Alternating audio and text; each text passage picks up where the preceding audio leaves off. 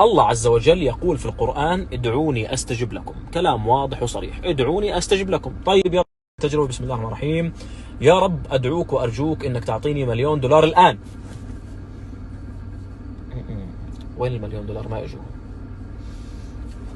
هل رب العالمين يعد ويخلف؟ معاذ.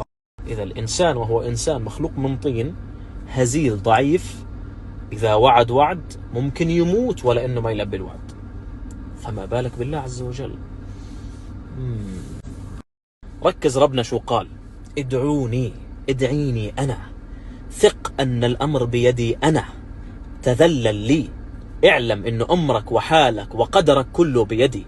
مش تدعوني بلسانك وبقلبك وفعالك، لا تدعوني وإنما تدعو الناس. مثلا تدعي الله في الليل والصبح تروح تتذلل عند البشر، تظن أنه رزقك بيدهم وهو بيد الله عز وجل.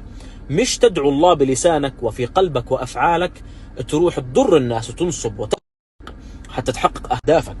إذن أول شيء نفذ المطلوب منك أنت في الموضوع، وهو أن تدعو صح. حقق شروط الدعاء. لما ترفع إيدك وتتمتم بكلمات، ترى هذا مش بالضرورة يحتسب دعاء. بدك يحتسب دعاء، ادعي صح، دعاء يستجاب. جوجل واكتب شروط الدعاء، ترى الدعاء له شروط، نفذها وبعدين بنيجي لموضوع الاستجابة. شو معنى الاستجابة؟ هل الاستجابة هو تنفيذ ما طلبت حرفيا؟ خلينا ناخذ مثال على ملك من ملوك الدنيا ولله المثل الأعلى. لو ملك قال لشعبه ادعوني أستجب لكم، ودخل عليه واحد من الشعب وقال له يا ملك أنا بدي $10,000، وراح الملك أعطاه $1,000,000 أكثر مما طلب، هون بيكون استجاب له ولا ما استجاب؟ ولله المثل الأعلى. ممكن أنا أدعو دعاء بعلمي القاصر، أطلب شيء أظنه خير، ولكن ربنا بعلمه الكبير وإحاطته بكل شيء يعلم إنه شر، ويحقق لي شيء أفضل بكثير منه. ولو قصص صارت معي أنا شخصيا، أدعو الله أشياء أظنها خير وأتمناها، وبعدها رب العالمين يسوق الأمور ويرسم الحياة والقدر بطريقة ويحقق شيء آخر تماما كان أفضل من اللي طلبته بمئات المرات. ناخذ مثال تاني أقرب لحياتنا، ممكن يصير معك أنت في المستقبل، يمكن صار معك. لو في شاب أبوه قال له انجح في الثانوي وأنا راح أعطيك اللي بدك إياه، اطلب وتمنى. وفعلا الشاب نجح وقال لأبوه بدي 100,000 ريال، وأبوه يعلم إنه هذا الشاب عنده مشاكل في صرف الفلوس، مثلا بصرف فلوسه على أشياء سخيفة، مثلا بصرفها على أصحابه بدون ما يفكر، مثلا عنده مشكلة، مثلا عنده إدمان معين، تدخين أو كذا، حيصرف كل فلوسه عليه أو whatever. فراح أبوه بدل ما يعطي 100,000 اشترى له سيارة ب100,000 تفيده في حياته.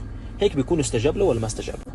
في مثال دائما بحب أعطيه لأصحابي، خاصة المتشككين منهم، اللي ما بيفهموا فكرة إنه كيف يعني الله أعلم منا، يعني كيف ممكن في شيء يكون أعلم من الإنسان صاحب كل هذا العلم. مثال بسيط وفكاهي، أنا كيف فرق بين علمنا وعلم الله عز وجل؟ تخيل لو في نملة، هاي النملة أنا شايف أخوي الصغير هناك بستناها تمشي عشان يفعصها يدعسها يدمرها، ورحت أنا حطيت إيدي قدامها حتى أمنعها توصل لأخوي الصغير. النملة بالنسبة لها إيدي إيش؟